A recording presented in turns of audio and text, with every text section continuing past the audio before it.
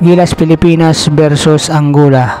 So bago ang laban ay napakita ng suporta ang ating mahal na Pangulong Bongbong Marcos dito sa must-win na Gilas Pilipinas kontra dito sa Angola. First five ng Gilas Pilipinas ay si Clarkson, Fajardo, Thompson, Ramos at saka si Ido. So sa first quarter unang nakapuntos itong Angola. So less than 8 minutes pa bago naka-score naman ang Gilas Pilipinas dito sa magandang assist ni Scottie Thompson papunta kay Fajardo.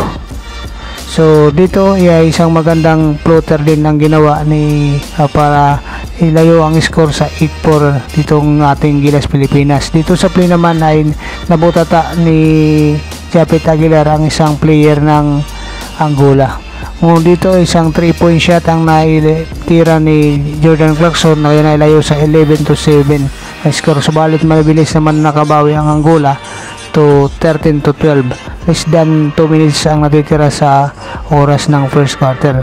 So nagtapos nga ang first quarter sa score na 19-12. So lamang ang Gilas Pilipinas ng 7 mga kois.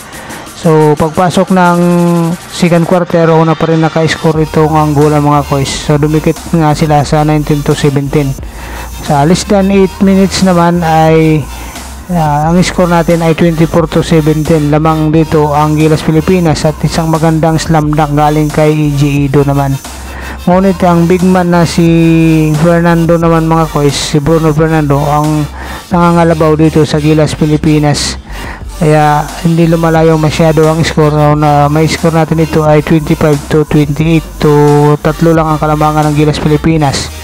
So tumabla pa nga dito mga kois ang Angola sa isang 3-pointer. At dito nga mga kois, unti na namang lumalayo ang Gilas Pilipinas 30-31. So half shot lang ang lamang ng Gilas Pilipinas, less than 1 minute ang natitira sa orasan ng second quarter. So sa pagtatapos ng second quarter, ang score ay 32-36. Lamang ng 4 ang Angola mga kois. So dito naman sa third quarter ay dikitan pa rin ang laban mga kois, kung saan ang score ay 38-40, less than 8 minutes sa third quarter. Maganda ang depensa both teams mga kois, kaya mababa ang scoring ng dalawang team dito. Ay nasa third quarter na ito, bagamat nasa 45-47 pa lang ang score ng dalawang kupunan mga kois. Dito nga napapakita ng maganda ang naging depensa ng bawat kupunan ito sa laban na ito mga kois, maliban nga lang sa may halong malas dito sa ating naturalized player na si Jordan Clarkson. So dapat ito kanina pa malayo na itong score na to, subalit hindi nga pumapasok mga kois ang mga tira ni Jordan Clarkson dyan. So dito nga sa score nito ay 58-54 sa pag umpisa ng fourth quarter.